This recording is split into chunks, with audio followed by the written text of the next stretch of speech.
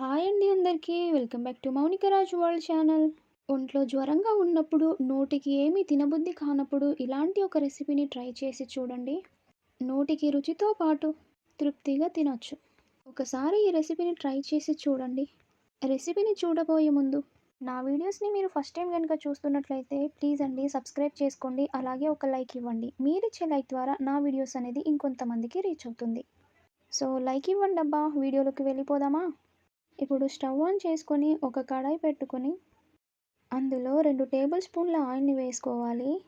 పావు tea spoon జీలకర్ర, ఇప్పుడు 1 టీ స్పూన్ మినపప్పు, 1 టీ స్పూన్ శనగపప్పుని వేసుకోవాలి. ఇవి కొద్దిసేపు ఫ్రై అయిపోయిన తర్వాత 15 నుంచి 20 వెల్లుల్లిపాయలను అయితే వేసుకోవాలి. ఇవి కొద్దిసేపు ఫ్రై అయిపోయిన తర్వాత ఇందులో 2 మీడియం సైజ్ ఉల్లిపాయలను కట్ చేసుకొని వేసుకోవాలి. ఇప్పుడు ఈ ఉల్లిపాయలు కొద్దిసేపు ఫ్రై చేసుకోవాలి. వీడియోలో చూపిస్తున్నట్లుగా మీడియం ఫ్లేమ్లోనే ఫ్రై చేసుకోవాలి. ఉల్లిపాయలు త్వరగా మగ్గాలంటే 1/2 టీ స్పూన్ ఉప్పుని యాడ్ చేసుకొని ఒకసారి బాగా కలుపుకోవాలి. చూడండి, కొద్దిగా ఫ్రై అయితేనే బాగుంటుంది. ఇలా కొద్దిసేపు ఫ్రై చేసుకున్న తర్వాత రుచికి సరిపడా కారంని వేసుకోవాలి. నేనైతే 1 స్పూన్ కారం వేసుకున్నాను. ఒకసారి ఇలాగా కలుపుకున్న తర్వాత కారం మగ్గే వరకు మూత పెట్టుకొని మగ్గించుకోవాలి. చూడండి, వీడియోలో చూపిస్తున్న విధంగా ఫ్రై చేసుకున్న తర్వాత ఈ మిశ్రమాన్ని మిక్సింగ్ బౌల్లో తీసుకొని మిక్సీ పట్టుకోవాలి. ఈ మిశ్రమాన్ని మెత్తటి పేస్ట్ లాగా పట్టుకొని పక్కకు పెట్టుకోవాలి. ఇప్పుడు స్టవ్ మీద అదే కడాయి పెట్టుకొని అందులో 2 టేబుల్ స్పూన్ల ఆయిల్ని వేసుకోవాలి.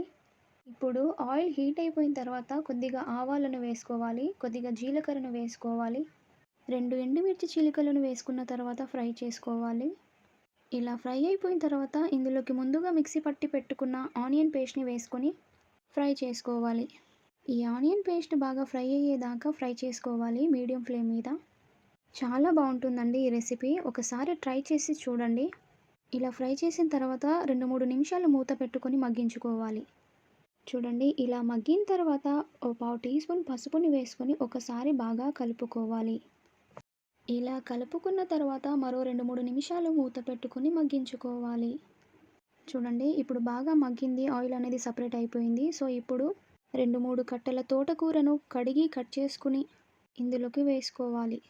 తోటకూర వేసిన తర్వాత ఒకసారి బాగా కలుపుకోవాలి. ఈ ఆనియన్ మిశ్రమం అంతా తోటకూరకు పట్టేలాగా ఒకసారి బాగా కలుపుకున్న తర్వాత రుచికి సరిపడా సాల్ట్ని వేసుకోవాలి. ముందుగానే కొద్దిగా వేసాం కాబట్టి పావు టీ స్పూన్ సాల్ట్ని వేసి మూత పెట్టుకొని ఈ విధంగా మగ్గించుకోవాలి. ఇలా మగ్గిన తర్వాత ఒకసారి బాగా కలుపుకొని మూత పెట్టుకొని మరో కొద్ది నిమిషాలు ఉడికించుకోవాలి.